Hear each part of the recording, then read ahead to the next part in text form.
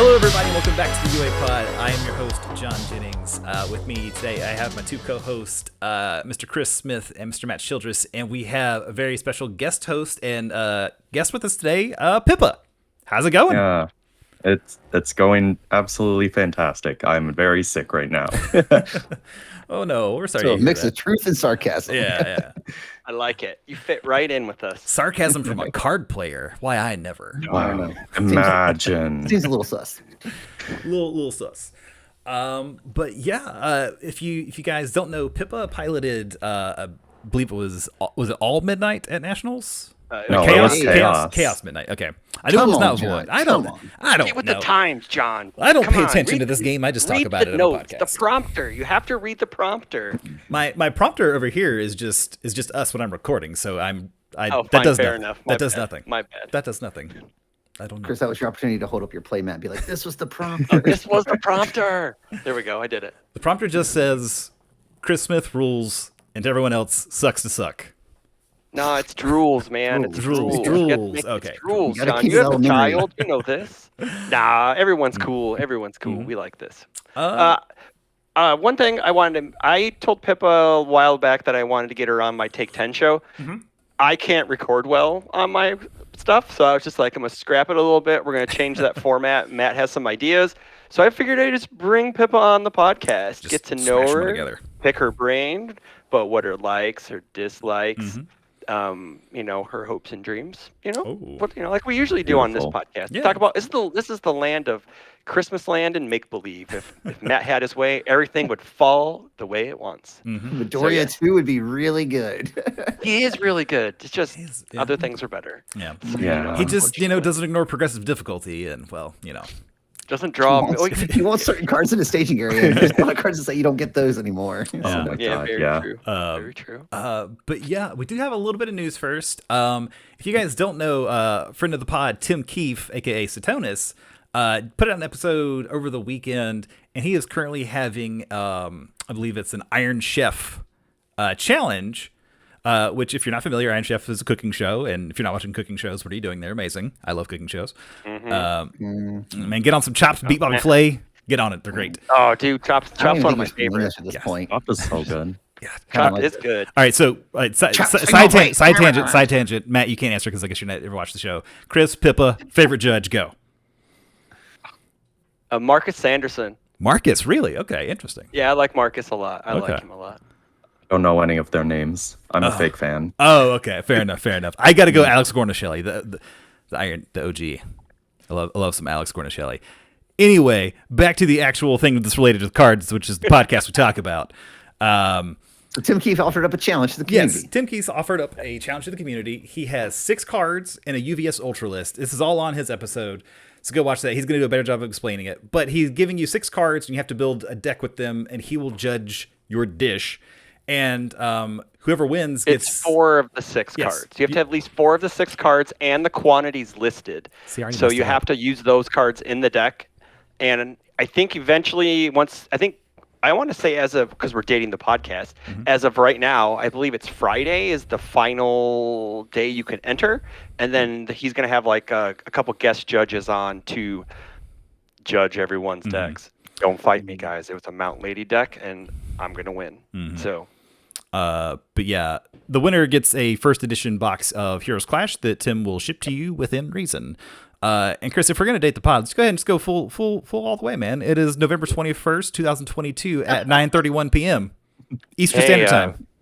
I don't think we're gonna do it. I want to say Happy Thanksgiving to everybody, who listens in the U.S. and all that stuff. So yeah, Happy Thanksgiving because it's Thursday, and yeah, I guess that's all And I mean, if you're not in the U.S., maybe you everyone. celebrate Thanksgiving. I don't know. I mean, Gorge yourself one day out of the year. It's fine. yeah. I mean, to be fair, we live in the U.S. No other country's holidays matter, only ours. So. Favorite Thanksgiving food? Go.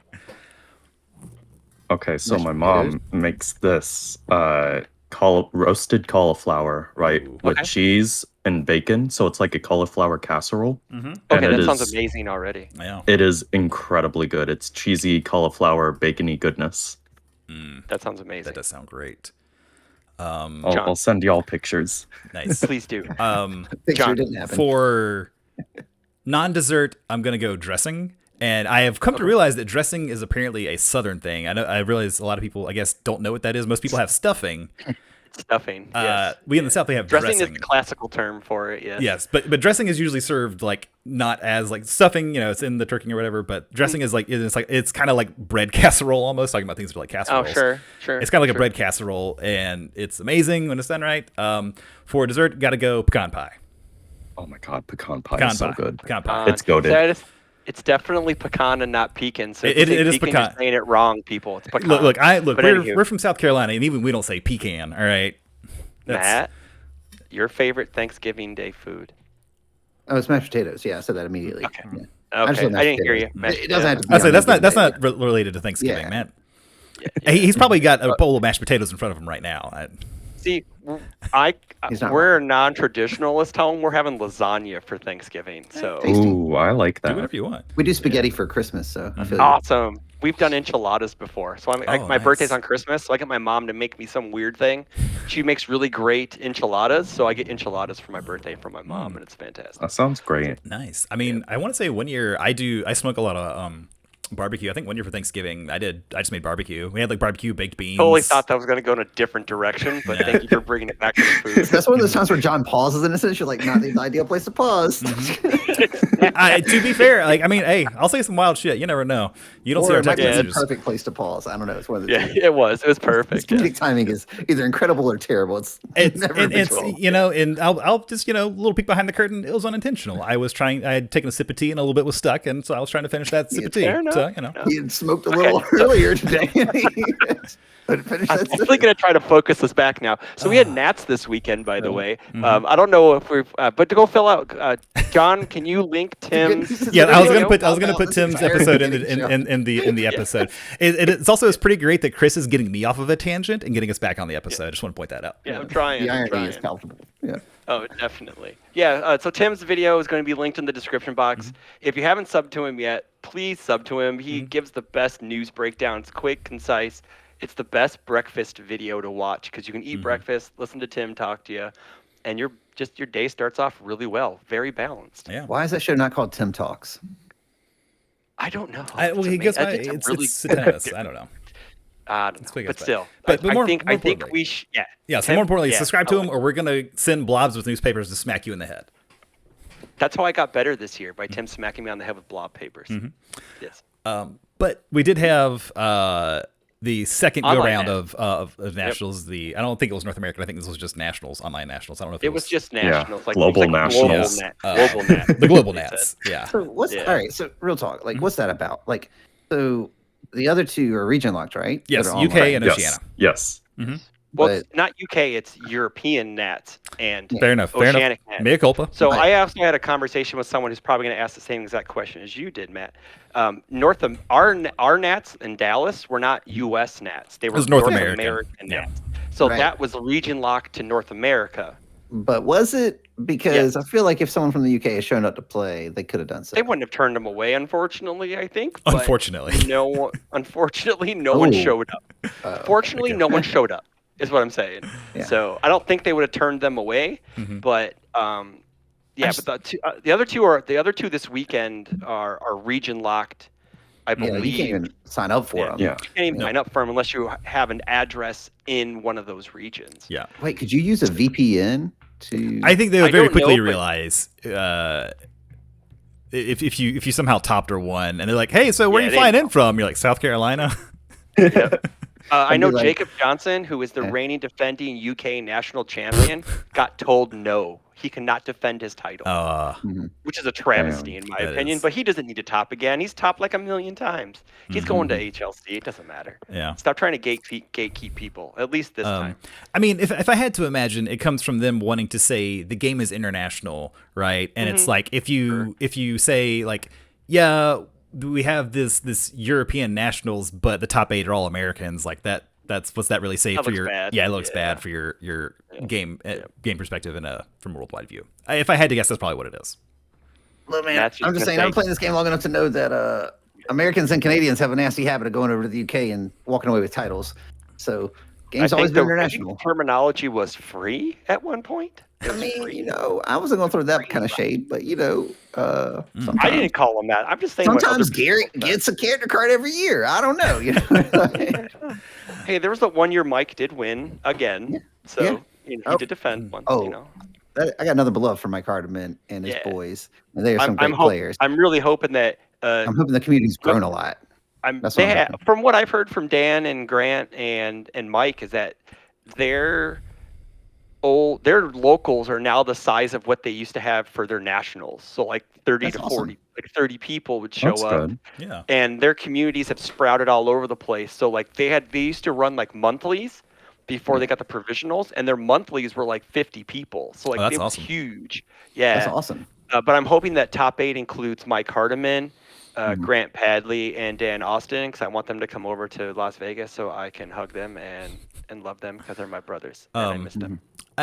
To your question, Matt, I think maybe if they had because they're both online, right? They're both webcam. Yeah. Correct. Maybe if they had an in-person one, maybe they wouldn't be right. And like it would be okay. Like the fact that they're online, like I feel like if it's an online webcam one, right? Like why cannot anyone just play in it? But in-person ones, I get it. Like that's a really expensive trip. Like to your point, no one from the UK or outside of America came to Dallas because it was already expensive. Garrett did.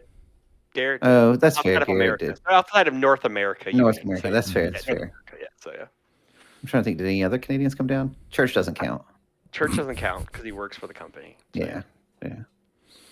I'm not entirely sure. Leon doesn't count because he works for the company too. So yeah, Leon doesn't count either. I know Mike Lowe was gonna go, but he caught COVID. So. Matt knows about that. Joke. That's right. He was gonna be my roommate. Oh my That was the day before we left. Yeah, that's right. So, like on the one hand, bullet dodged. On the other hand, yeah, he's good. By the way, we did check on Mike Lowe. He is good. He is recovered. I'd like to report that Mike Lowe is healthy and well. He is alive. But hey, now you got to share a bed with Phil Birch. So really, whose loss was it? Mike Lowe's. Kind of a win. I got to hear Birch tell me my deck was bad, then lose to it, and then beat me the next day when it mattered. So yeah, it was great. But we did get the second coming. It happened again. The bird struck twice. This time it was a mirror match in finals. Yes. It was. Unfortunately, we'll probably get to that, what happened in finals as we talk about the tournament a bit, but which was kind of unfortunate that happened. But what happened in finals? I didn't watch it.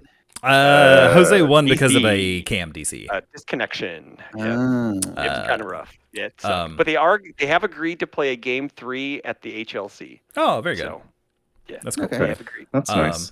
But yeah, so obviously we had another top 32.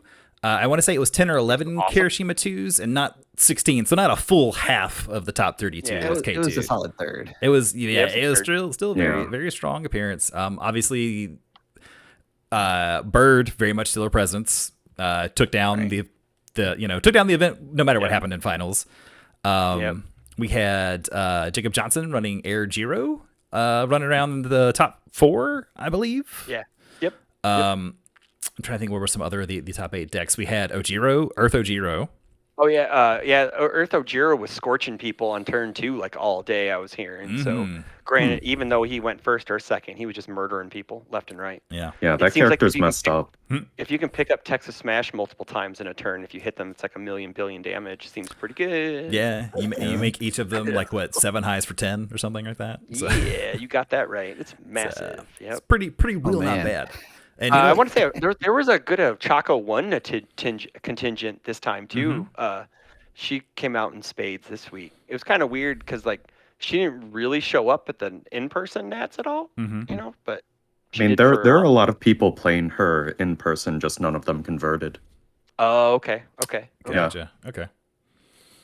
But yeah, so I would say have a midnight. Andrew Alexa was the midnight player. Yes, and he made it to round 2, right? Of top cuts. He made it top 16. And there was a Nomu in top 16 as well. Yeah, that's crazy. Actually, but who cited into Kirishima too, so it wasn't a full Nomu run because I assume that if they got down a game, they moved into Kirishima too. I will also say a little disappointed because they had a Nomu playmat. And played Nomu and then cited into K2. I feel like that's I actually think he does. I think he actually ties that game up if he stays as Nomu, because Jiro has a better matchup into K2 than I really think so she does into Nomu. Yeah, because it was against I think it was Jesse against Jacob. Jacob Johnson. The Air Jiro, and it was actually the first game one, which Jacob took, was real close. And I do kind of agree. I think Nomu probably is a better matchup for Jesse playing Nomu into Jiro. But I mean, I feel like there's not a whole lot to glean from this one, other than it's just kind of more of what we thought from the first nationals. Yeah. Like it's only been a week, to be fair. There hasn't been a whole lot of time for iteration and things like that. Yeah. But yeah, I mean, like K2 is he's pretty dominant right now. Yeah. I mean, like I get he hasn't won 2 events. Yeah. Yeah, he hasn't won, but I think he's super solid. Not as dominant as like winning everything, but he's super like the way I see it is, yes, I'm making a pitch to keep K2 as he is because I love the character, because he gives me major All Might 3 vibes, and I love that. But you could just play All Might 3. No, and get all the All Might 3 vibes. All Might 3 doesn't have an oh shit button on his face, so no. Right. So here we go. So he plays defense like a seven-hander. He is better. He is better. Okay. I'm gonna say I didn't say he wasn't better, or he is better. But in an unknown meta, I've been saying this is usually aggro kind of lends itself in a new meta because all the defensive tricks haven't been played out and yada yada yada. Yeah. So what's the most stable defensive deck in the format, and that's Kirishima 2. So that's why I think you see a hard lean into him, and also the Earth package with seizing, jab, chop, back alley. That's just overwhelmingly strong. And you get Kirishima, who gives you that oh shit button that gives you like a nice, safe, like sandwich to eat and survive off of while you have birds screaming down your face. Anything that he wants to for free. Yeah. Round it down. Which is very important. I'm definitely not saying he's not overpowered. Yeah. I don't even think that's the ability that puts him at the top. I mean, it's the fact that he gets to ready 4 foundations. He gets to +2 every single turn. Yeah. That ability could not add damage, and it would not matter, you know? Yeah, like the damage is just a bonus. So, I totally agree. I'm not saying the deck is super fun. Yeah, I played it in teams on Sunday at Nats, and I mean, you just trash people. Like your deck is like, I don't play with progressive difficulty because I readied my entire board because I just destroyed and refresh it between chop and jab and my character. Yeah, that's 4 foundations I readied right there. But like you can look at Frog was in top 4 too, by the way. Oh yes, there was Frog actually water converted a lot. Oh, cool. Another house we made. But but if you look at the top decks, they all, what do? They cheat progressive. They get plus to their check. They give random damage pumps for 1 billion damage for free. They put stats on cards and ignore progressive difficulty, which is the key tenet of the game that's supposed to make things fair, right? That's kind of what progressive difficulty is more or less designed to do. But it's a very simplistic explanation of it. But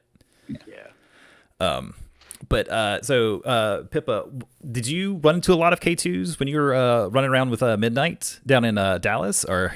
I actually, the only K2 I played against was Chris Smith, and then my top 32 match against David Pena.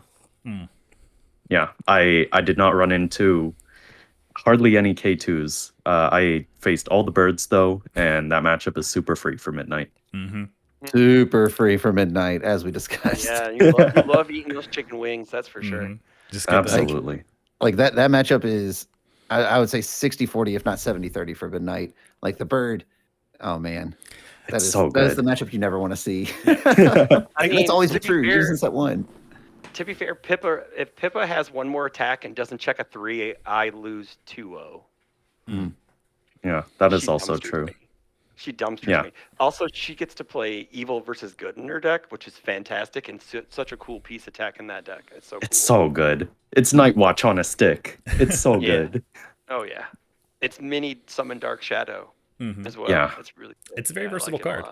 I guess I should also say if somehow you don't know by now, Matt and Chris are also both Midnight aficionados as well. Matt more than me. I'm just a dabbler. I'm a dabbler. Okay. He's Chris has just dipped a toe, but Matt's also well versed in Midnight. I have never really played Midnight. I think she's really cool. She's so much fun. And it's I like Chaos because obviously I played the Present Mike 2 Chaos deck, so I like Chaos a lot, and I really like All. And she's got All, and so All is super cool. All is a very cool symbol right now. Yeah. Before we get any further, Pippa, do you want to kind of walk us through your kind of like game history, like coming in? I know like we were gonna talk about cards and stuff, but if you want to like let the people know who don't know you, like your journey to MHA. Yeah, so I'm one of those people that's played like every card game under the sun. I played Yu-Gi-Oh competitively. I played Pokemon, the video game and card game. I played Hearthstone competitively as well.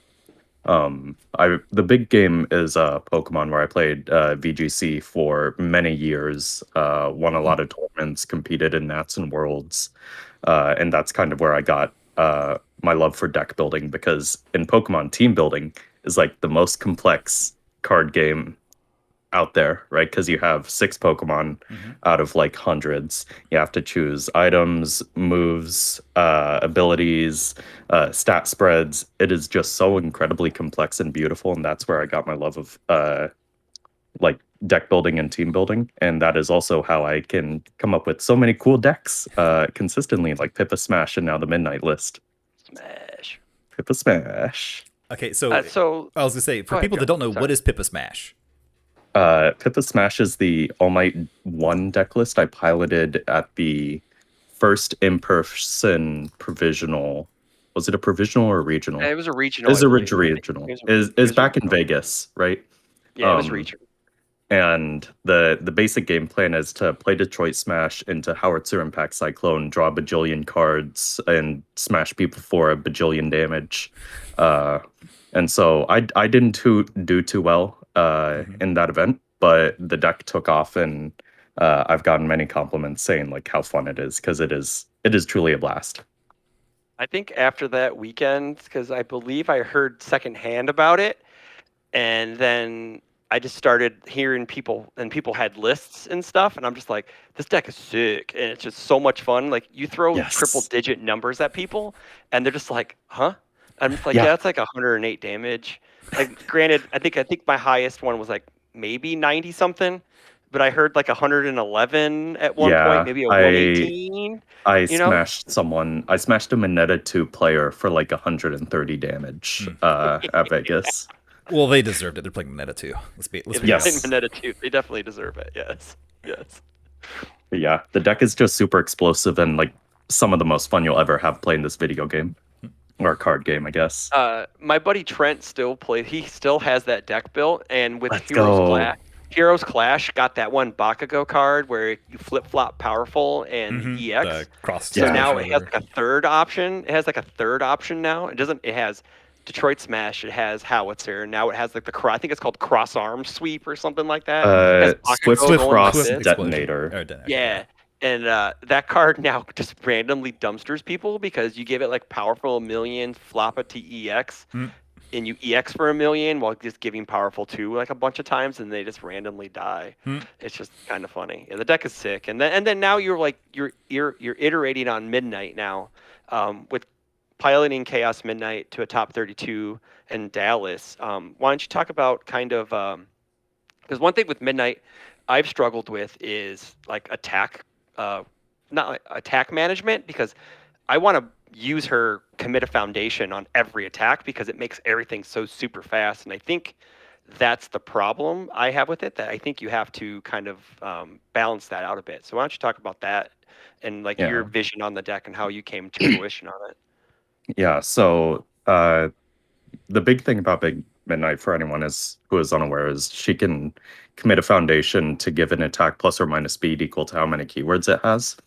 And so playing the deck basically on offense, you'll almost always commit one for the speed just to make things unblockably fast. Like things very easily get to 10 plus speed in the deck while also having like various outlets of stun and additional speed bonus. And then on defense, you really just have to like pick your blocks really well. Another thing I kind of get into like game theory is she loves having +1s in terms of like foundations. So like having requesting assistance, that's one of her best cards. Having first day of class where you can commit it and then respond to flip and re-ready it. That's super good. Just having all these effects to where the commit one cost doesn't actually matter within your deck is like one of the most important things with like getting that character running consistently. Yeah. So what's interesting is you talk about how you want to use the speed all the time. So like when I build Midnight, I build her intentionally. Every attack's going to have at least 3 keywords. Like the goal is to make every attack at least 6 speed, if I needed to. But I normally only use her speed pump in situations where I really want to tax them early, or when I want to close it out later. But that's because the attack lineup that I went with was leading into indiscriminants. Yeah. So like your attack lineup was early. Very different from mine. Yeah, you're running stuff with like double jab pummels, right? Yeah, so you don't care if double jab pummel's blocked or not. You actually kind of want it to be blocked. So same thing with Jolt. Yeah, exactly. So like that's a difference in play style. Yeah, absolutely. Well, and that's what was really interesting. That's the reason I was highlighting it, is because, like, like you and I even talked about this after our game as well, and kind of the approach and like how you had definitely explored Midnight more off of chaos than I had. Like, I saw the new Void package for discard and Somnambulism, and I was like, oh man, I'm going to lean into this. This looks really cool. I'm going to do this Void weapon build, and the deck feels really good. Like, she gets, to your point, she gets a lot of efficiency out of things like gotcha for that extra -1 when you commit it, using her ability, absolutely, all these other things, but it didn't have the oomph like we were just talking about a minute ago, like to Void to kind of like get you those kills when you need those kills. So I didn't really explore chaos as much. And then when you and I played, I was like, oh, that's a really cool addition to this and a new wrinkle to this attack lineup. That previously I was like, oh, I know what this character does. I've built this character. This is my symbol. I love chaos. Like, let's go. And then I was like, oh no, I'm dead. Yeah, that's a lot more damage than I was expecting. So she's just a cool character like that. She has that versatility. Yeah, the big thing about chaos is that all the moves can just become ridiculously big, whereas like Void doesn't necessarily have like the same level of like explosiveness of every move is like a 10 high 10, right? And your build, you're also leaning into Summon Dark Shadow to help you get to that point as well. And I'm kind of curious because so when I first initially built Midnight, like back in set 1, I leaned into the Summon Dark Shadow build as well. And I didn't like it. Like, I had a lot of problems where you draw these really awkward hands where it's like 2 attacks, 2 actions, 2 foundations. And I'm like, well, do I play one and pitch all these and hope for the best? Do I hold on to a couple of these? Do I just build and pass? Like, did you run into a lot of situations like that? Or have you done things in the deck to help you adjust and filter through those kind of hands? Like how do you navigate that water with 4 copies, I'm assuming, and then you also ran Evil versus Good. So what, about 6 actions in the list? Yeah, so the list I ran at Nationals was running 3 Summon Dark Shadow and 3 Evil versus Good. Okay. I've since revised that. I think 4 Summon Dark Shadow and 2 Evil versus Good is probably the better lineup. I would agree. That's where I thought. That's where I assumed you were. But yeah, man, so you really did pop off on me. You had 2 of those Summon Dark Shadows out of 3 on turn 2. God. Yeah. You teed it up. I was like, goodbye. Yeah. I definitely like. With set 3, one of the big things that has actually been like super low key is Chivalrous Competitor is already like a crazy card right now because it counters Seizing, which is the best card in the format, as well as Apathetic, which is also up there. But it's also just like you can flip to draw a card, and any card that says draw a card in Midnight actually says draw 2 cards because you can pitch it if it's a dud.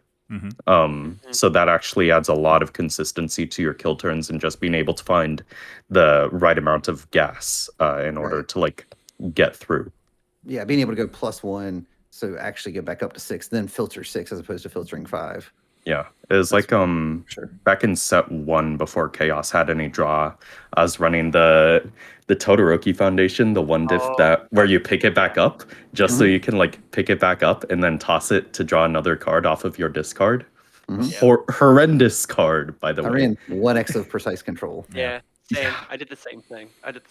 Yeah. Absolutely horrendous strategy, but like that's what you have to do sometimes. I mean, Chaos really. And sometimes you just need another block. That was the other reason I had to. And it lets you block anything, right? Because it's a mid block, right?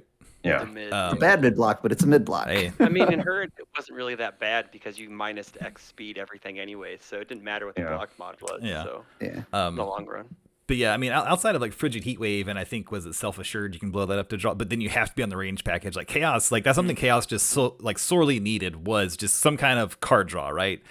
Like Yes. Chaos had like some things on like defense. Obviously, you had struggles that let you like recur some cards, but it didn't just have like hard. This card, you just draw a card. Yes, and it still needs that. Yeah, it got exactly one card, and it's kind of a it's a but we don't promo, want to give technically. Chaos Tokiyami It got anything else. Somnambulism also, John. Somnambulism nets you a card. Somnambulism does draw cards too, but you need to play it as your second That's attack. conditional. though, so- Yeah. It's conditional, yeah. Yeah, as soon as Chaos gets like I won't even say unconditional, just a minorly conditional draw card, like So whatever the Surveyor reprint, Shadow's Aid. Shadow's Aid. Yeah. That is, if that was slightly better, Chaos would be so good. But right now, Midnight is a real ass 6-hand size character, and she can't do anything to cheat it. Yeah. Well, I was gonna say, even if they just had something like the cards from the Eraserhead starter, that's just enhanced commit. If your character's committed, draw a card. Like if Chaos had that, like obviously, Yes. That's Just why we Midnight. need to avoid, boys. I was say Midnight can play it Yes. on her 2 other symbols, but not on There Chaos. are 2 other symbols, yes. Yeah. Yeah. But yeah, so with your deck, are there any cards or like any attacker foundation or something that you were like going into nationals? You kind of put in there, you're like, I'm not so sure about this card, but then afterwards, like something did something like overperform for you really well, and did something, I guess, on the opposite, like did something underperform? You're like, oh man, I'm stoked to play X, and then like you realize throughout the day, like, man, I cited that card out every game. Yeah. One of the big overperformers was Easily Excited, which is kind of funny because like that card was made for Midnight. But I cut it down to a 2 of because it was like the least impactful 0 diff, which is really funny to say because it's +2 speed for free, basically. But every time I saw that card, I'm like, this move just gets like even faster. And like there were some games where that totally mattered. And also it's just randomly a +2 high block. So that's super good. So that actually overperformed. Every time I saw that card, I was super happy. Chivalrous Competitor, I only had it as a 2 of, and that also overperformed. So I bumped that up. I had Cool and Tough in the deck, which is the momentum protection kind of. Yeah, the momentum hate. Yeah. And also it has a really sick deadlock. I included it basically just for the deadlock. Because I expected a lot of people to just go into deadlock with their earth piles. I did actually get to use the deadlock a few games. That's cool. a beating. That's awesome. I was against a recovery girl, and thought they're okay going to 11 foundations for an attack, and no, they were not. Ooh, That's Yeah. Oof. Yeah, but the momentum hate part of it literally did not matter the entire weekend. Okay. Which is funny because I feel like there's a decent amount of momentum hate in the format, especially with like Prehensile Tail being the all-star that it is right now.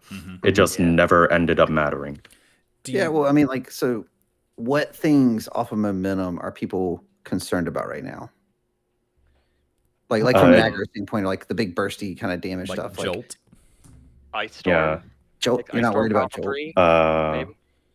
Ice Storm, maybe. I mean, like, those aren't the things that are just like killing people, though. I feel like, like, you know, because like for example, like Summon Dark Shadow and Dark Shadow Ruin don't need any of those cards, right? You don't need any momentum for it.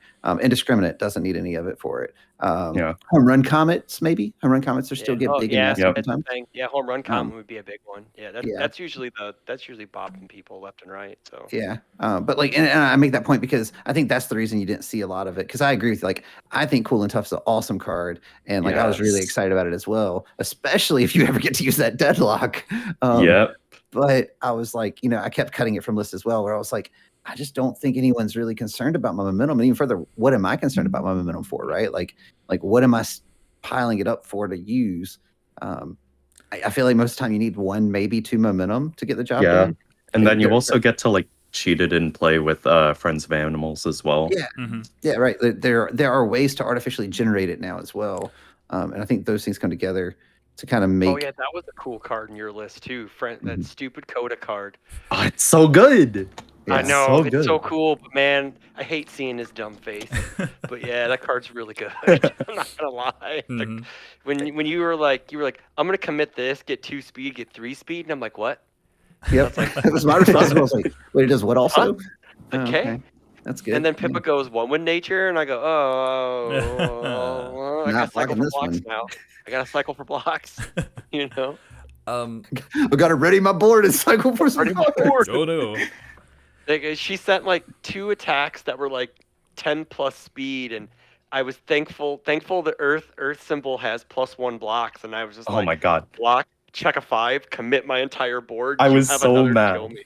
I was actually so mad. I played Dark Shadow Ruin, right? It's like 8 high for 10, right? Chris blocks it with a hardened jab, so it's on a 9, checks a 5, commits 4. Okay, I'll play. What was it? It was I think it was twisting a somnambulist. shirt. No, it was Twisting a shirt. somnambulism. It was Is somnambulism. That's somnambulism, what it right? was. Yeah. I make it like a 7-speed somnambulism. He blocks on a +1 with the tight lipped, checks a 5, commits out, and I'm like, what can I do? What can I do? But the thing is, too, if she has one more attack that turn, I die. Yeah. That was the thing. Like, it didn't. I think on your next attack, I used the R to. No, to because take. you're committed from I was committed somnambulism. out. That's right. Yeah. I was committed out because of somnambulism. Yeah. And then, like, I'm just like, well, I die if you have another. And fortunately for me, yay, I didn't die. So yeah. But anywho, yeah. That was a Pip, wild ride. That was such a wild ride. That was crazy. It was I'm crazy. curious. Did you ever try out successful results? Successful. We were talking about ways to mitigate the commit cost for midnight, and it sure does say just ready it on its face. Pitch momentum, like we were just talking about. What do you need your momentum for? Oh, that one. I and need its ally to. also I need. so it fits in your package pretty well. Yeah, I need to try that. It sounds super sick though. It's The also deadlock's already really that. good, too. Yeah, the deadlock is really good. Yeah. That's actually a good idea. I should try that out. It's more. like a 1/5 with it's like another good. It's like a plus Yeah, 2 high block. it's a High, yeah, right? it's a 2 high block. Yeah. It's pretty. Like, as even as like a spicy 1 or a 2x, like I think it's. Yeah. And then you it's worth can it. tutor it up with the Dakota attack to command pigeon flock. Yeah. Yeah. Yeah, I What you think call it it, Chris? synergizes Back really alley well bird with the maker. ally package, sub Yeah, package back that's already alley running bird anyway. maker. You got it. Also, real quick before we move on, as for other overperformers, I have Oh, sure. 2x of the fighting spirit in my sideboard. Yeah. Yeah, Okay. that card was actually so low key the entire tournament. It's the one where it cancels a The 2/4 rival blows effect. up. Yeah, or flipped or something. That Yeah. it flips to cancel an ability that reduces the damage of an attack. Oh, that's awesome. Yeah, I cited it because I was getting washed by You're So Obvious, setting all my attacks damage to 5, right? So I'm like, I'm gonna jam this, and then it just randomly hit so much stuff over the weekend. Like You're So Obvious being in the sideboard of literally every single Kirishima 2. Yep. I played against a few decks where it stopped Evil versus Good. It stopped Resistance randomly for the few people that were running it. It just like hit the exact pieces I needed it to. So that card was actually like super low key. That's awesome. So I have a. Before I know we went over performers. Any underperformers in the deck before we go on? Sorry, No, John. that's fine. Command Pigeon Flock, actually. Like it gets to tutor friend with animals, but it also like doesn't get very big. Which is a big issue because like you want every attack to be absolutely massive in this deck, and this attack just really doesn't. It's also a 5 diff, right? Yeah, it's a 5 diff, but it builds something, so it's kind of a fake 4 diff. Okay, so it can, yeah. Yeah. If you have to tap out or something, it's not bad. Other than that, no, there weren't any other like real underperformers. I guess kind of Home Run Comet, but that's simply because I didn't see it in my kill turns throughout the event. So like, it's a super sick card, and it won me like the one game I did find it, but otherwise I just wasn't finding kill turns. Didn't you kill me with Home Run Comet one game? Yeah, I think that's the one game I killed someone with it. Yeah. I'm pretty sure it was because I was like, all right, it was game 2, and I was like, all right, I survive here. I was like, unless it's a Home Run Comet. Yeah. It's all in slow motion. Matt's eyes get big and he starts sweating.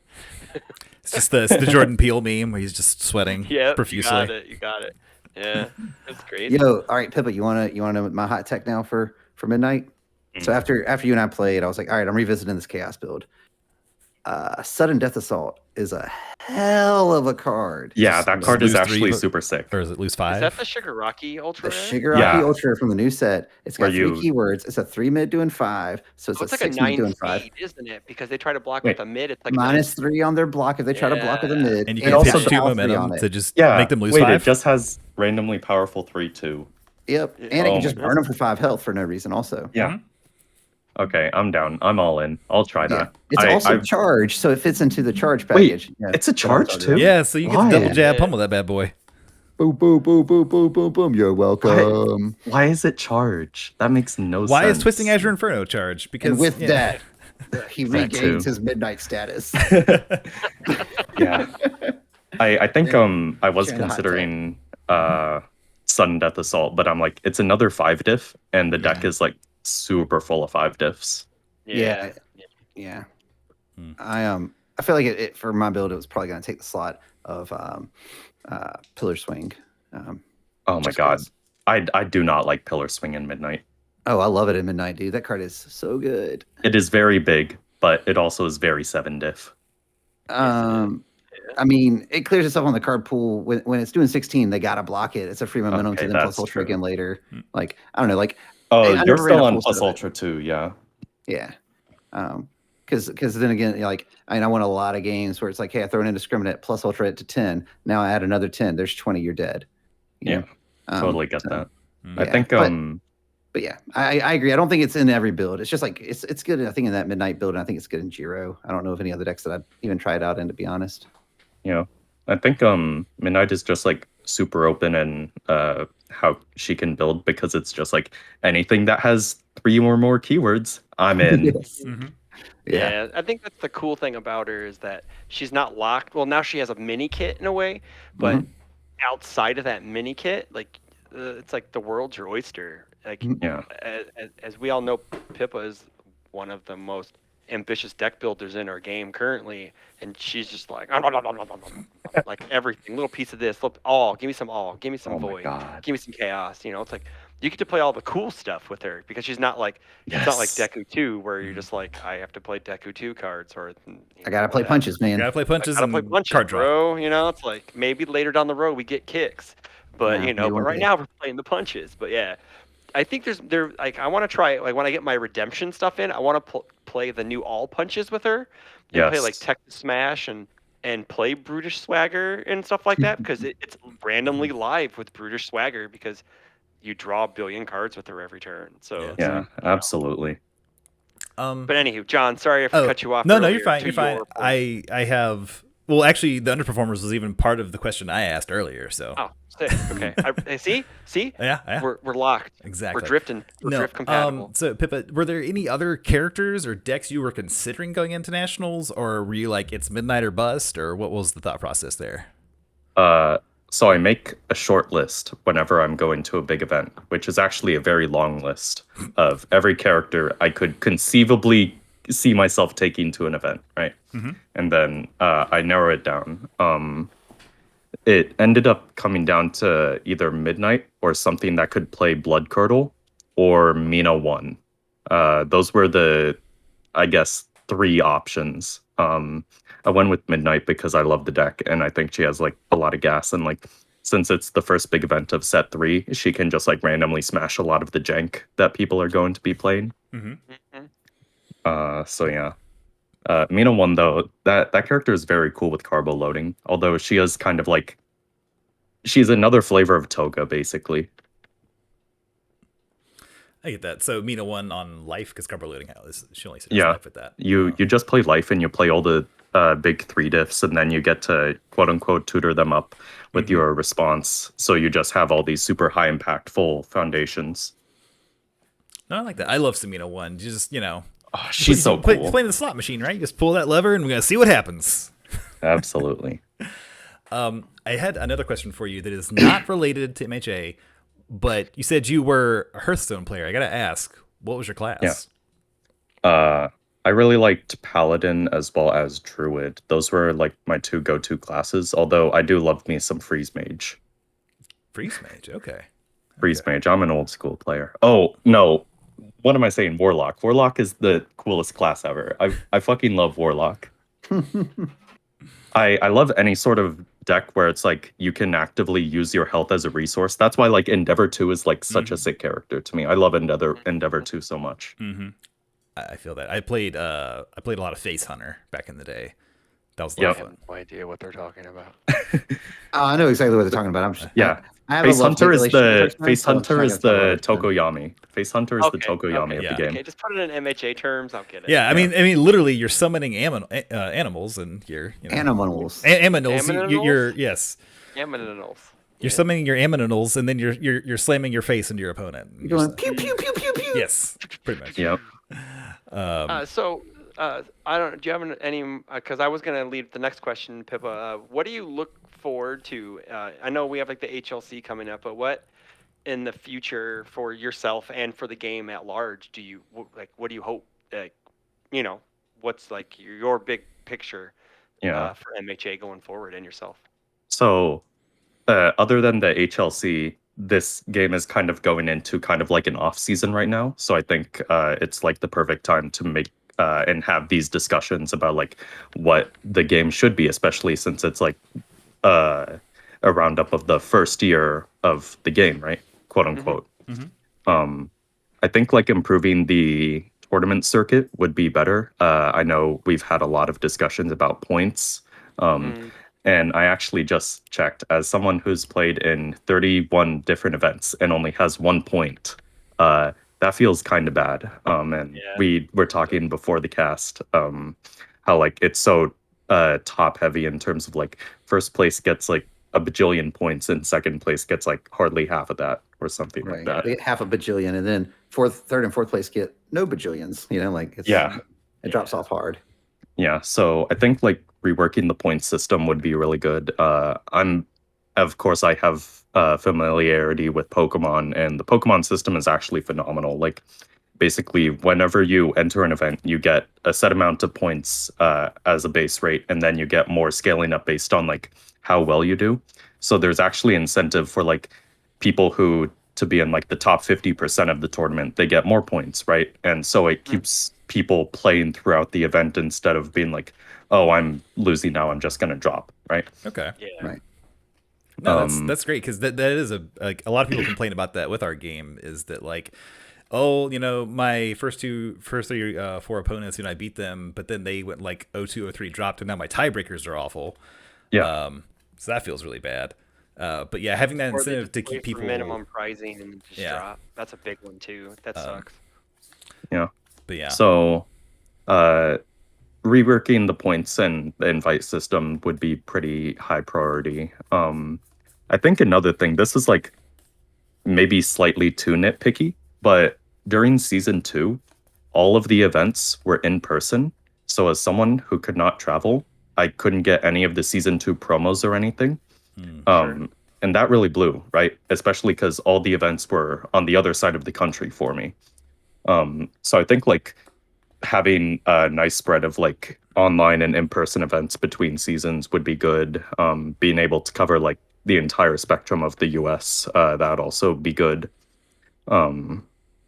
That's super minor though, and something that I'm pretty sure that they've picked up on. I don't think it's minor at all. I think it's an actual concern, because you want everyone to have access to these cards by playing, and not, you want them to have it. You want them to get a chance to get them. I don't think that's a minor concern at all. I think that's a real valid concern. I agree with that completely. Yeah. And I think if it's planned out ahead of time too, like for example, if they say, hey, a season's going to be 3 months, and that too. There's going to be 1 RLE each month, and then some provisionals to go along with it. And there's going to be 2 in-person RLEs, 1 on the East Coast, 1 on the West Coast, or some divvied up there where they're spread apart, to where they're not always on one side or always on the other side, and during a whole season. Put them all in Chicago. It's equidistant for everybody. Yeah, there you go. Totally reasonable. It is. And then I think that sort of thing would go a long way for what you're describing also, because I do think online play needs to stay. Absolutely. I understand that there's hurdles with it, and I understand it's not ideal, and I would much rather play in person as well. But I played in a lot of online events for the first part of the year. One, because COVID was going on, and two, because of other like in-person events just really weren't happening yet, and they weren't feasible for me because of my work. So, like online events scratch that itch, and they provided that. Like I was playing in webcam weeklies to start off the year before we got our locals going on.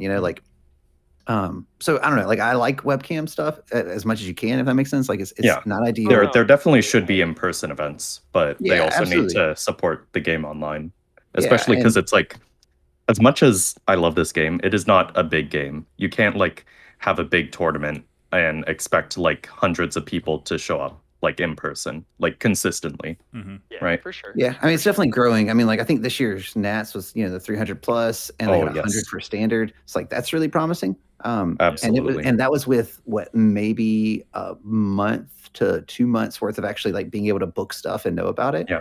So like, Which if you give people that's another thing. You got into it with your last point. They need to like have a roadmap. They have to have much better communication. Like we still don't know when Worlds is, right? Okay, we know who's going, but we don't know when who's and where. going. Well, we know where, I guess. It's Vegas. I know that the head of OP, Alex Whiteside, does have a plan in place. I think he's just finalizing certain things, and we'll know the whole year. That was his goal last time I talked to him, is that we will know the entire year before it starts. Oh, please, that'd be incredible. So like maybe not every little provisional that's going to happen, but the RLEs, Nats, HLC, I should say, because it's not called Worlds, it's Hero League Championship.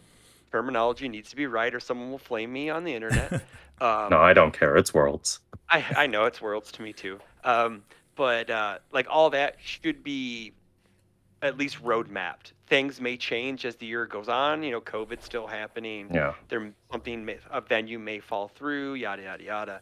But at least we'll have like a skeleton or a shell, if you will, of the entire year, which is fantastic for people who have to set their PTO at the beginning of the year. Absolutely. Yeah.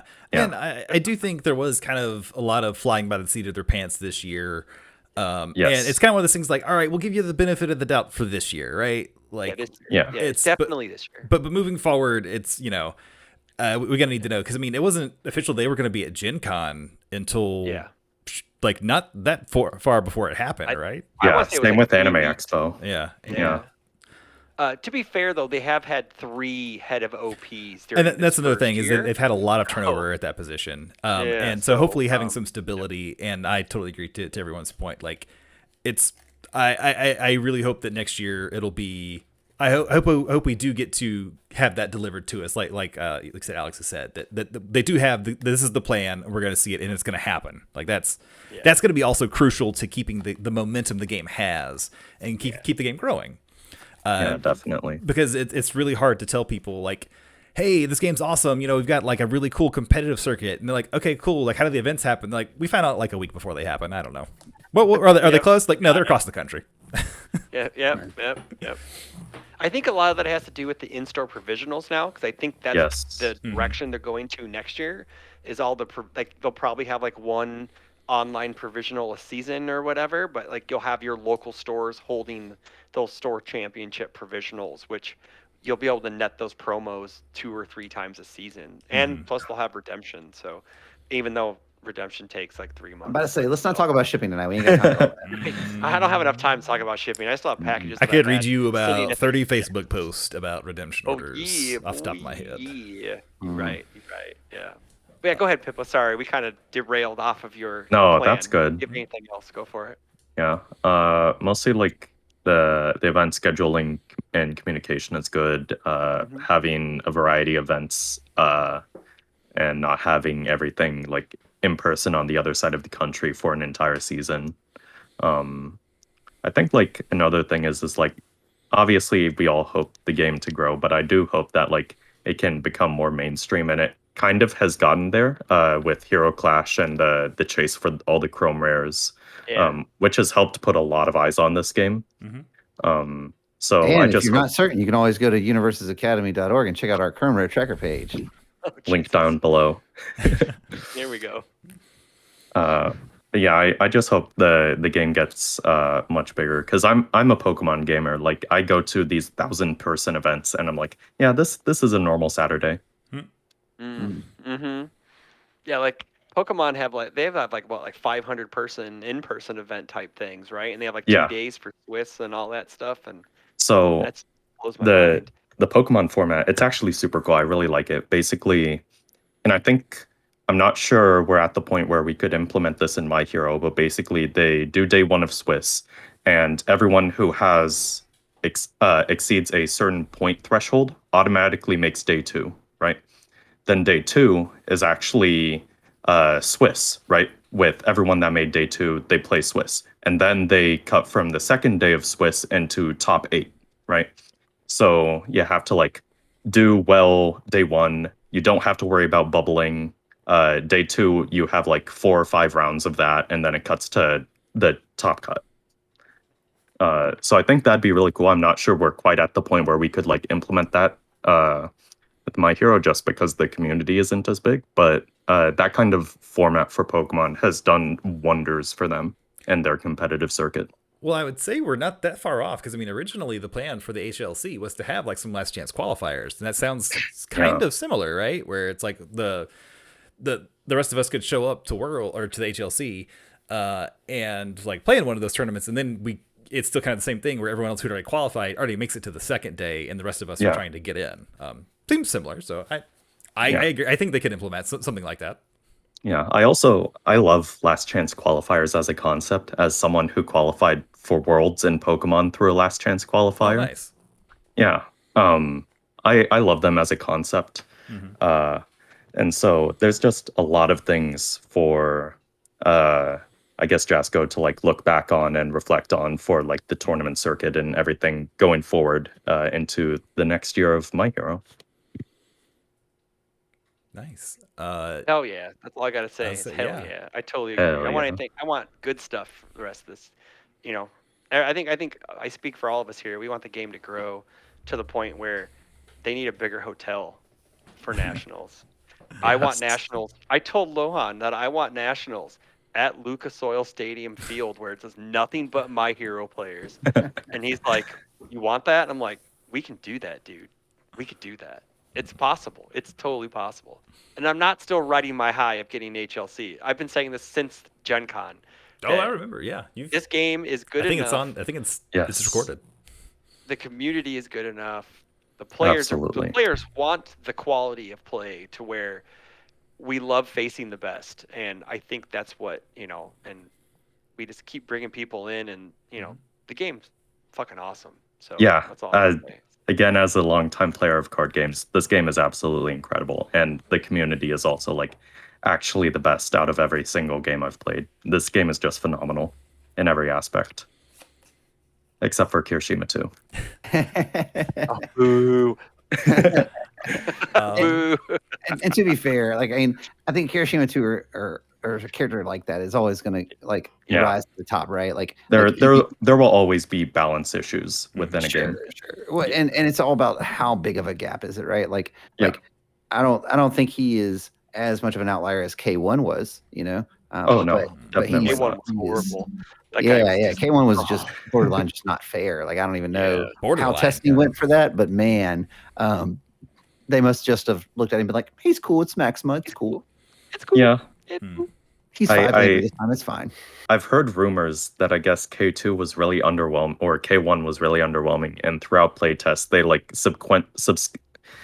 sequentially buffed like each one of his pieces of support to where he just ended up overtuned as a whole.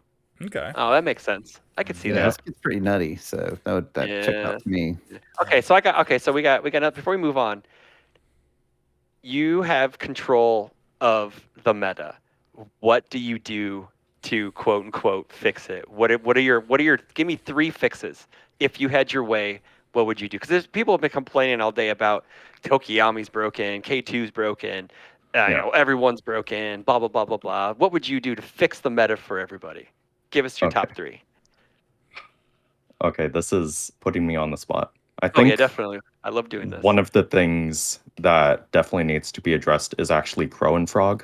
It enables too many decks that basically you don't have enough recourse of defense where it's just like, I'll play without progressive for Tokuyami, for Asui, and for any other future iterations of those characters they ever print. They have Gamer Toga, right? As even experimenting with Crow and Frog and Kamui 1 with Petty Squabble, right? So I think Crow and Frog definitely has to be addressed in some capacity.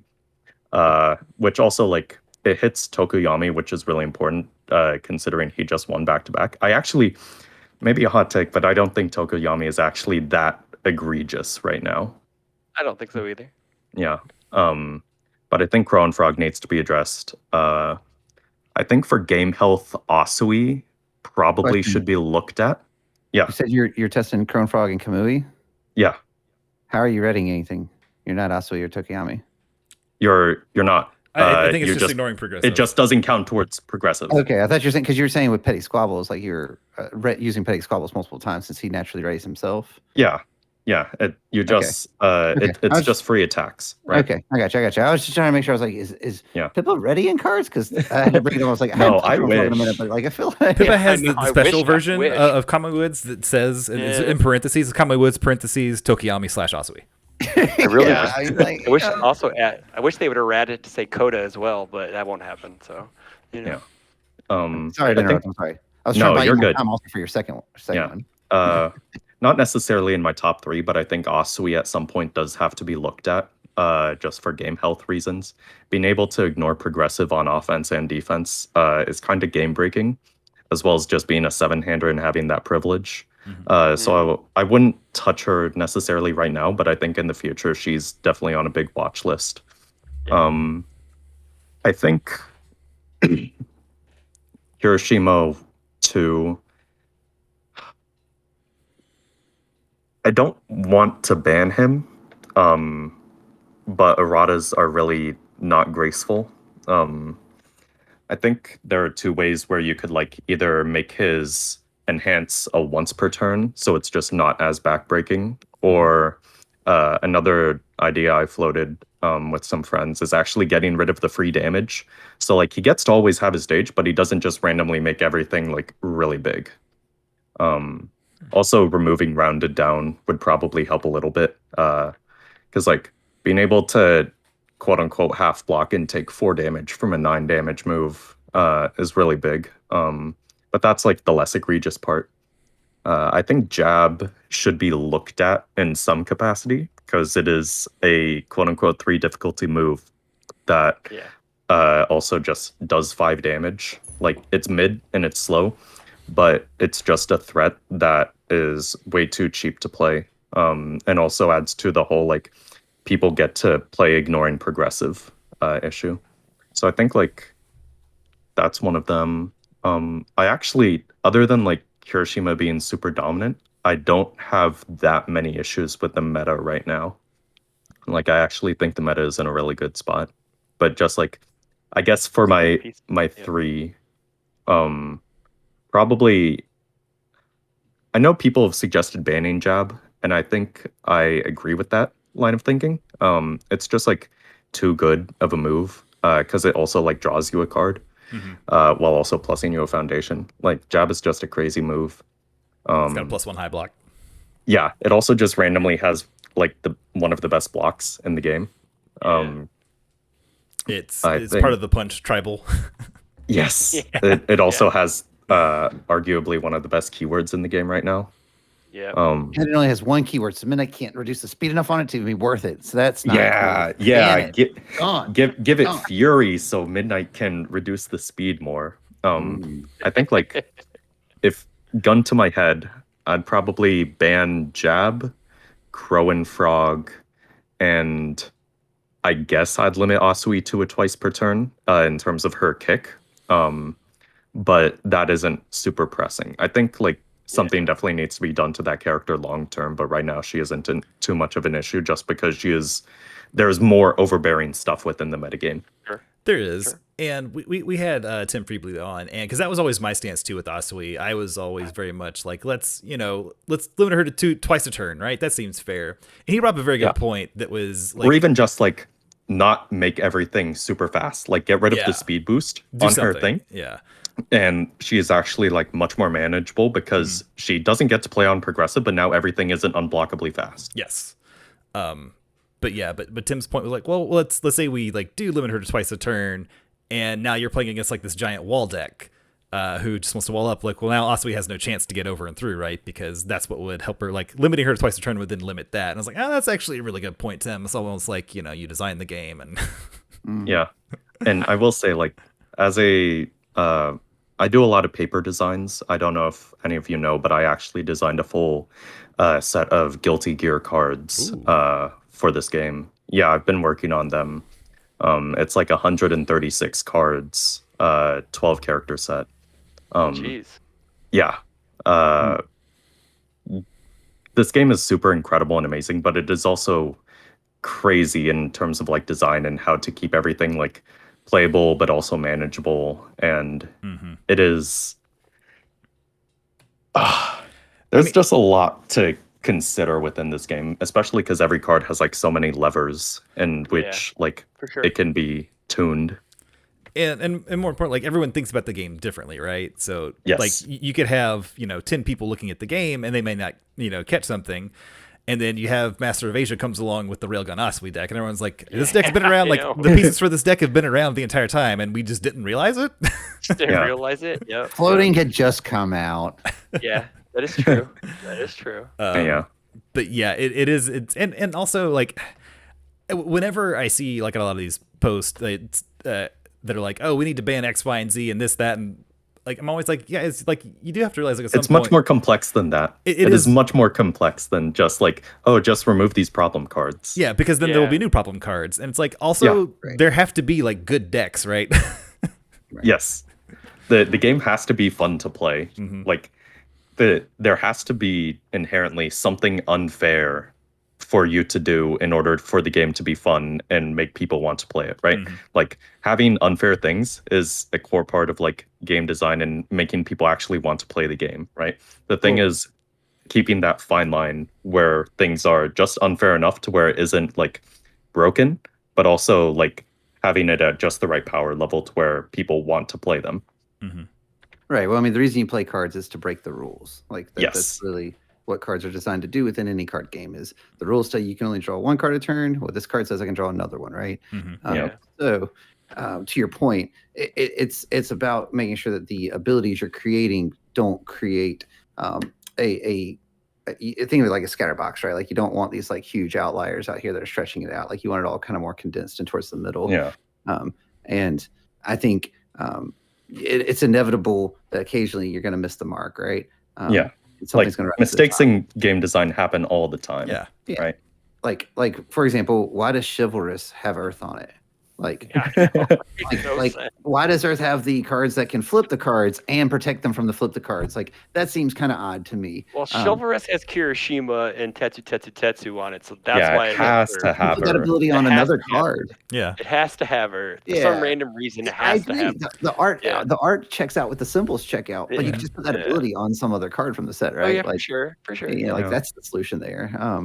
But yeah, like I think so to your point about like Asui and things like that, like I don't think that Asui or Tokiyami or really any of the characters are just actually snapping half broken. Like I said the same thing about Momo. Yeah. Like Momo is just a good deck. Yes. And I do think that what's happened with set 3 and what's going to continue to happen, I imagine, with more sets coming out, is that you're going to see the occasional deck just pop out that you're like, oh, this seems unbeatable. And then the people are going to close the gap. The meta will stabilize. And it's all about how far outside of the acceptable range is that card or is that deck.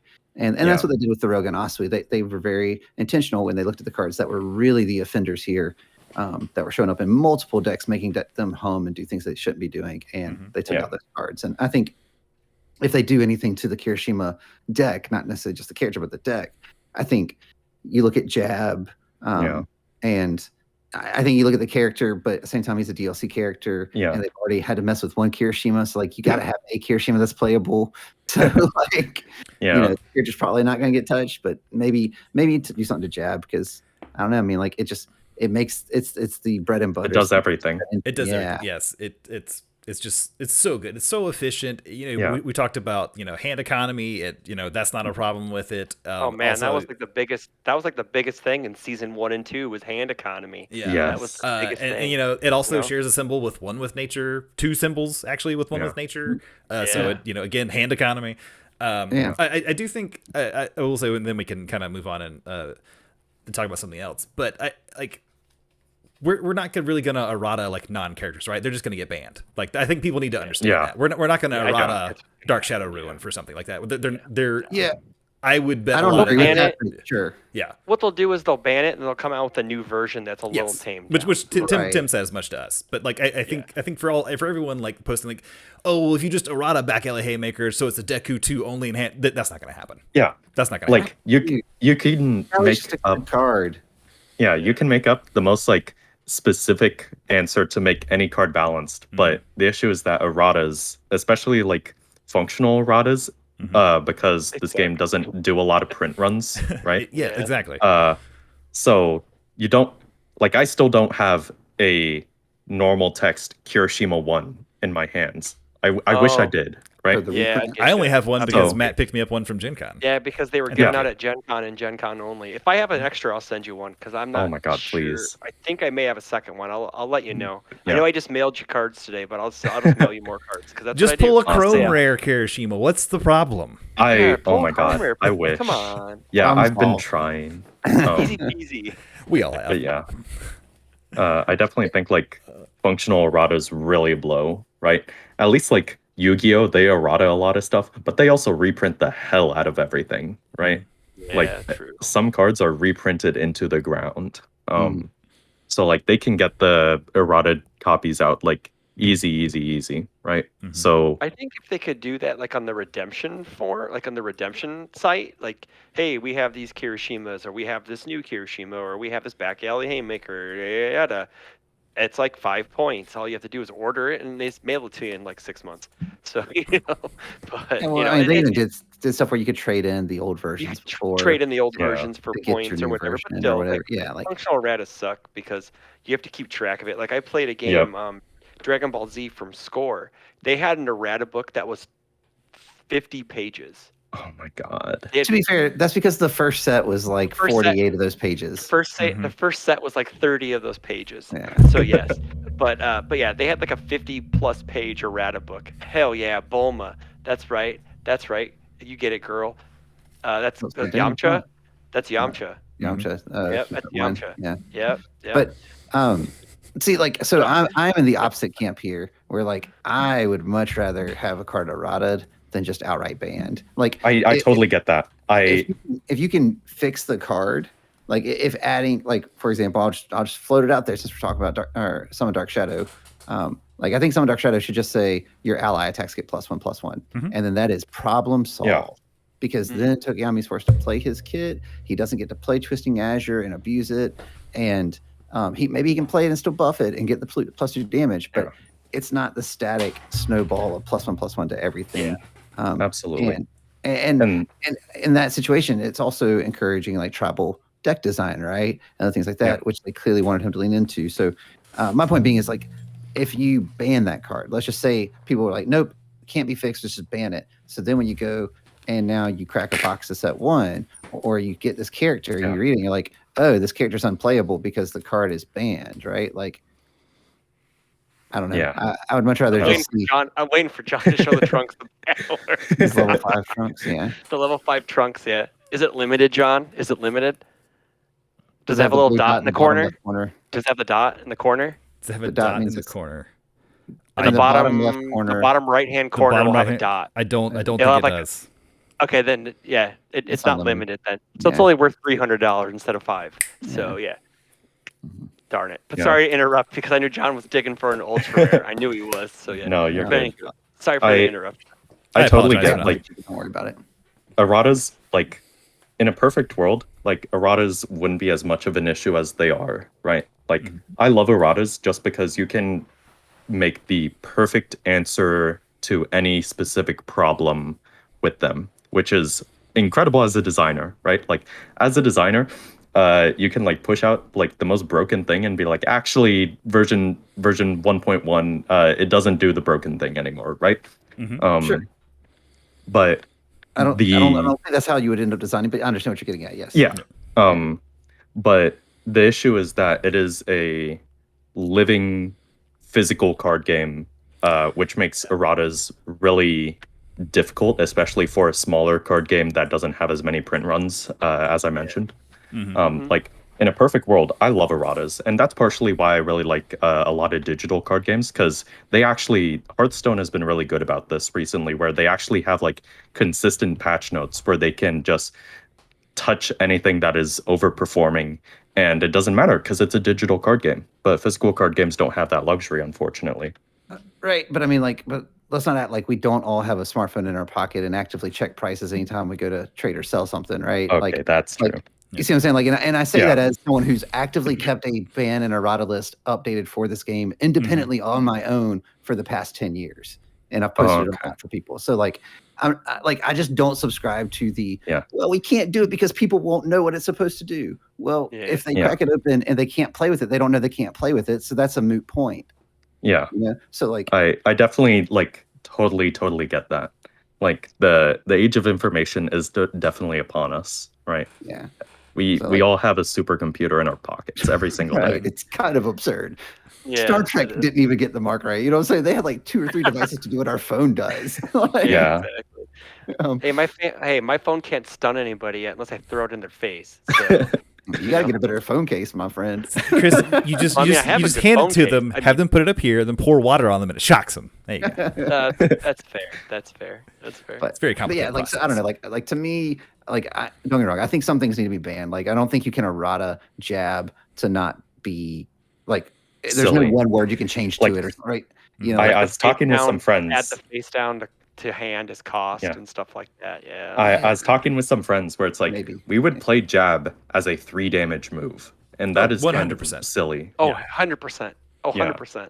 A 3 mid 3 with a +1 high block that built you a foundation and added a card to your hand. Oh hell yeah, I'll play that all day long. At what point does just touching only one of the numbers on jab do something? Would you still play it if it is a 3 mid 2? Yep. Would you still play it if it's a 3 mid 1? Would you run it if it were a 2 check? It gets into action range, right? Like exactly. 3, and like and this is a whole other design conversation, right? But to your point, I agree that I don't think some cards can just be errataed. But what I'm getting at is that if there is a plausible errata, like let's say some Dark Shadow as an example, what I'm suggesting is adding one word to it. I agree with you on the Summon Dark Shadow thing, definitely. Like, it is one word that would actually, like, fix a lot of the egregious use cases of that card. Right, and then that character gets kind of locked into a very specific tribe, right? Like, hey, he's built to work with this one card. Well, good news is we built an entire sub kit that works with this one, with this ally kit as well. And then he just doesn't get to play the best cards off of whatever somebody's choosing, which is, I think, the real problem with the deck right now. Like, you look at the Chaos build. You just get to run all the good things. Yeah, you just you look at Chaos and you're like, what are the best value attacks? Okay, I'm going to run all of those. And even then, you get to kind of cut and pick and choose because, I mean, like, there's so many of them at this point, right? It's not like set 1 where you're kind of locked into, I got to run Frigid. Like, now you're like, I'm going to run whatever because I've got lots of good options now. And that's where those kind of decks just get out of hand.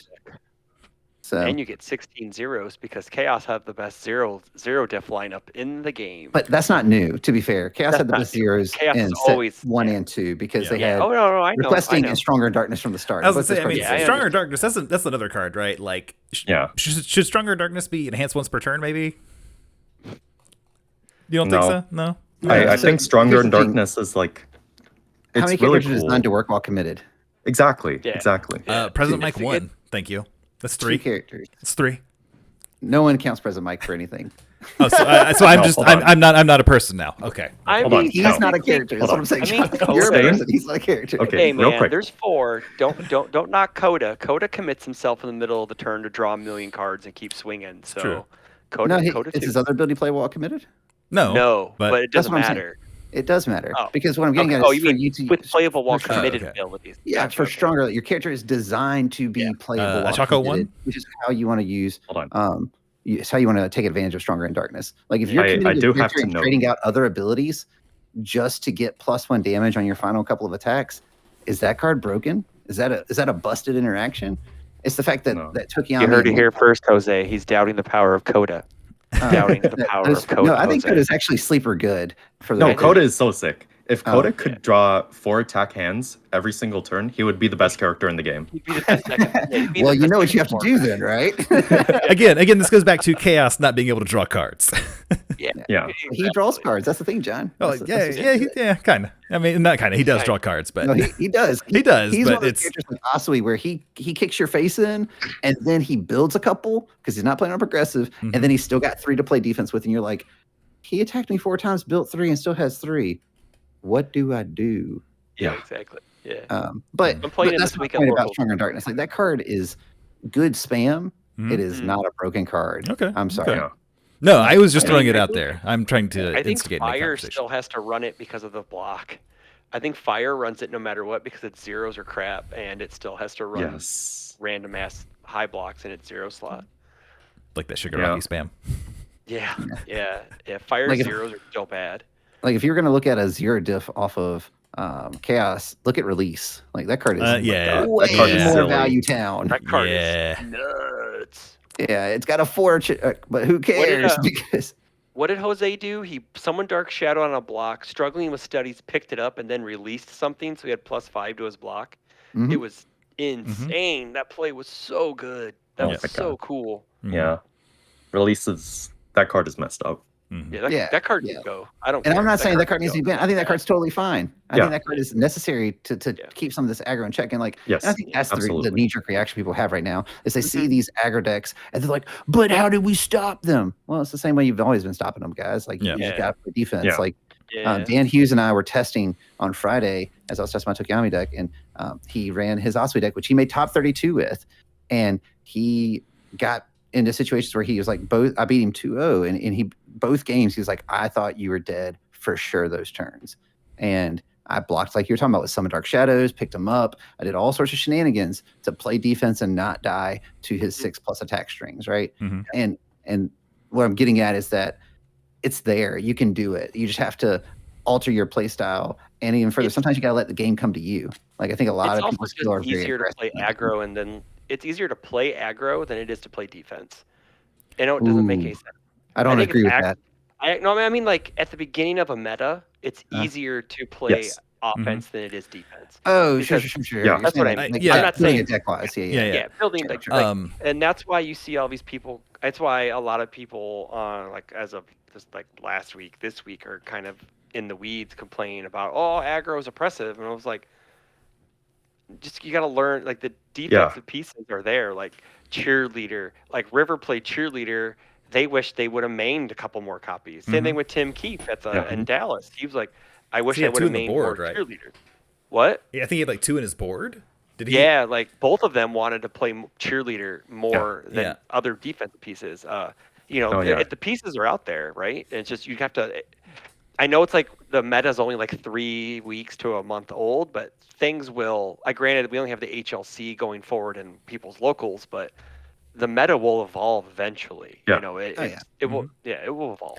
It did in set 2 after, like set 2, like Tokiyami screamed everyone's face off in Vegas, and people were complaining about him then, and then it became the Momo meta. You know, At the end of it was these impenetrable wall decks that you're just like, the meta just changed. It was, it was cool. It was really nice to see the game like grow like that instead of we need banning. Give us some time, guys. That's the takeaway. Give us some time. Yeah, give us some time. Yeah, And absolutely.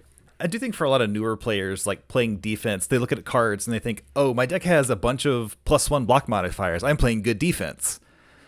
And it's like, no, that there's more to it than that. Like it's very nuanced. It's, it's not playing 5 cards as a 6-hander every turn, right? Like and only having 1 card on your opponent's turn. And I think this is a much bigger discussion. Unless you're Kirishima. I was going to say, unless you're Kirishima. Yeah. I was actually going to say it. Well, there's that caveat with all things, right? And set 1, it was unless you're Kirishima 1, and now it's unless you're Kirishima 2.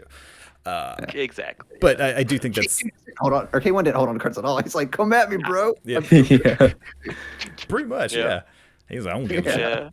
Long hair, don't care. You did it all, man. Yeah. But yeah, I do think that is kind of like a learning, like a learning curve for some newer players that are coming into the game, and with something we've kind of talked about internally amongst ourselves, but also just being able to self-reflect and think, did I lose the game because my opponent's deck was unfair and there was absolutely nothing I could have done at any point in the game to win, or did I lose because I made mistakes, or did I wasn't not prepared for this? Did I not think about this? Just being able to take a critical. I never make mistakes. How dare you? Exactly. Well, I'm sorry if it's I want to offended you. highlight one of my Sorry, mistakes. I want to highlight one real quick at Nats when Pippa and I were playing, and I told okay. Pippa this It's while we prescient. were playing, right after she killed me. So you went first, and then I went, and I was like, "Oh man, I built 5," and I was playing Tokuyami, so I was like, you know what? We're gonna see if we can build this other easily excited. Just check another 5. Let's go. I'll have 6 foundations. No way I'm dying on turn 2.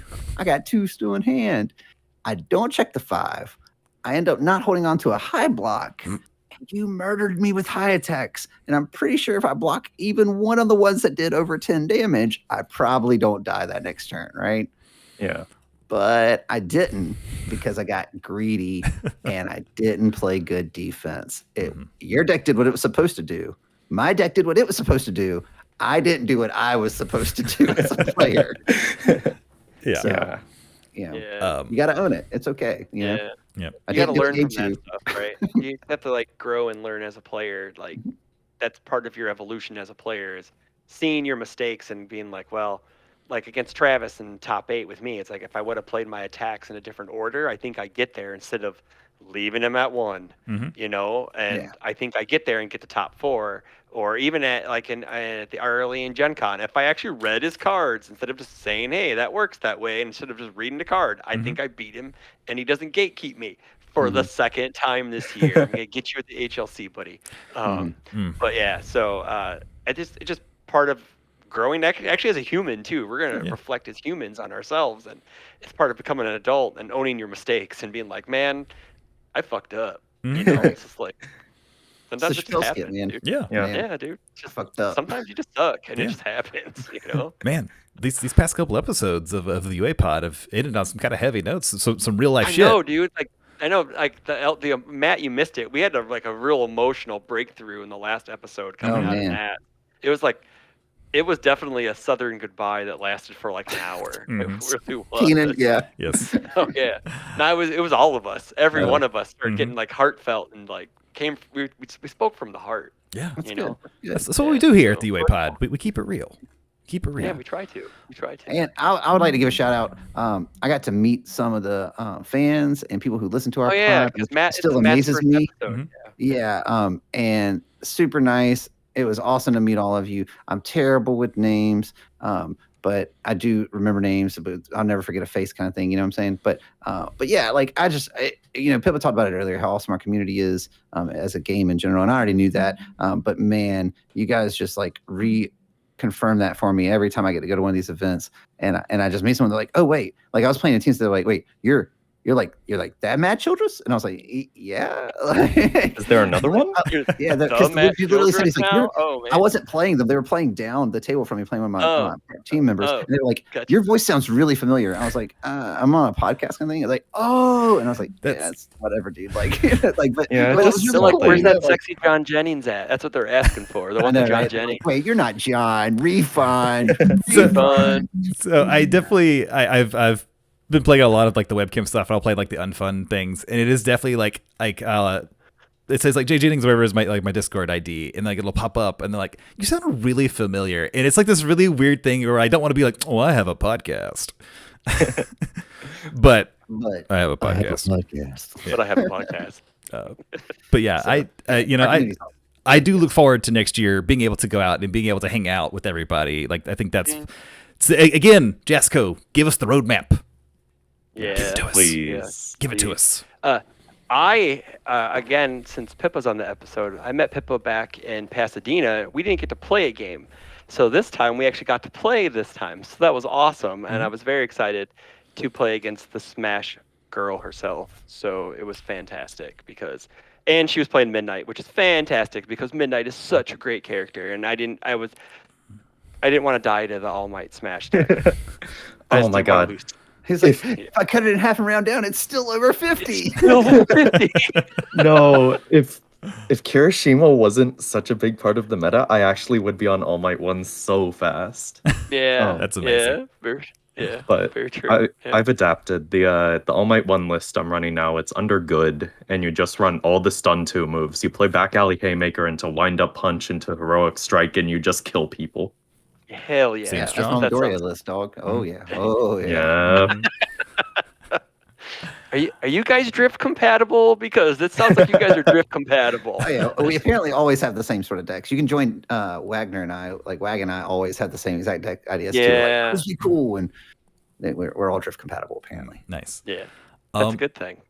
Well, I believe it's been a long road, but I think we're gonna have to wrap this up now.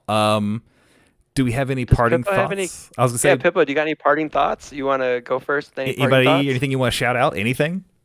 The floor is I yours. want to shout out River again. River was my #1 testing partner for this season. We played like every single day after we got home from work. We just jammed games for hours. Awesome. So that was fantastic. Shout out River. I want to shout out y'all again for having me on here. This has been great and amazing. I always love talking about games and game design and cards and deck building. Other than that, I don't have too many other shout outs really. Awesome. Well, we appreciate Thank you that. for coming and Thanks for joining coming us. on. Shout out to you for coming And on. Yeah, shout out me. yeah, definitely shout out. Hell you. yeah. And you just did a Shout piece, out you. a thing with Levi, right? With alliteration. Yeah. Yeah. So you can also check out some more Pippa with talking to Levi. Yeah, I did a full breakdown and deck profile of my top 32 midnight deck from Nats, so you can go check that out on his channel as well. I'm gonna rip that list. Do it. I am. I've already But made give- changes. Hell yeah! Because my store owner loves I gave him the midnight deck with like double jab pummels and stuff, and he was like, his deck's cool, but it's like I don't like the combo-y stuff, and I'm like, I think I got something for you. So now I'm gonna rip your list, hand it to him, and he's gonna be playing it at our locals against all of us. So Hell yeah. yeah. Because Awesome. the store owner just likes the game and he just wants to play Midnight because he likes the way she draws cards and she puts speed on everything. Basically, She's so everything much we love fun. about the character. Yeah. Yeah, Yes. exactly. Yes, correct. Those are both good things But to do in yes. this game, drawing cards Well, and putting speed All on good things. things. For what it's worth, Um, still listening at this point, make sure to do all the algorithm things. Like, yeah, subscribe, algorithm comment down thing. below. Please do. Check out our Chronometer Tracker, universesacademy.org. Follow us on Facebook, all those other sort of things. I don't know if they did the shameless plugs without me last week, but Oh, we here did. they're back. Oh, we now, did. guys. Yes, I Good. did do the algorithm things as we were Thank you. closing. Mhm. So I yes, appreciate you're welcome. I know that Matt's going to be thinking about working on a new project, kind of like an iteration on the Take 10, but with maybe the HLC competitors.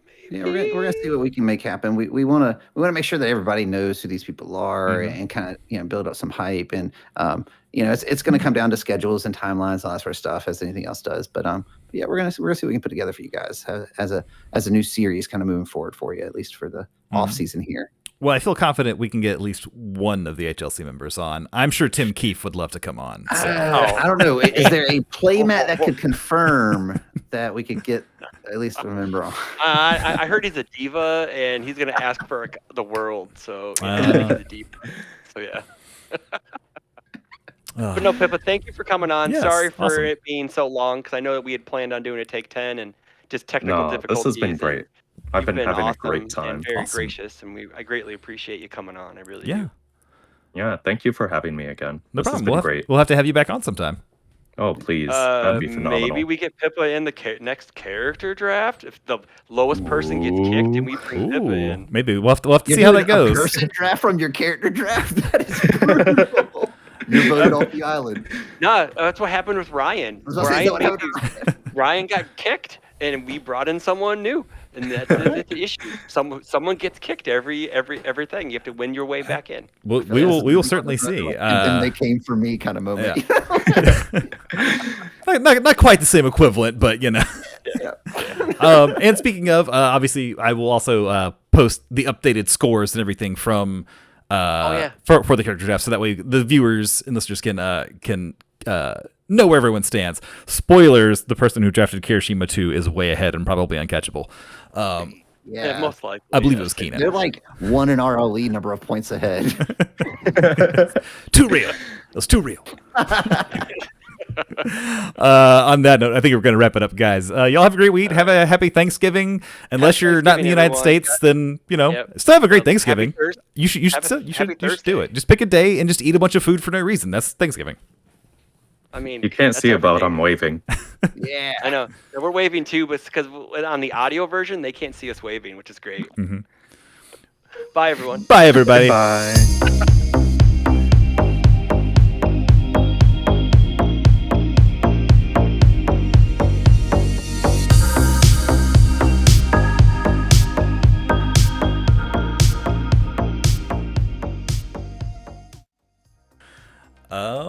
All right, so we all good?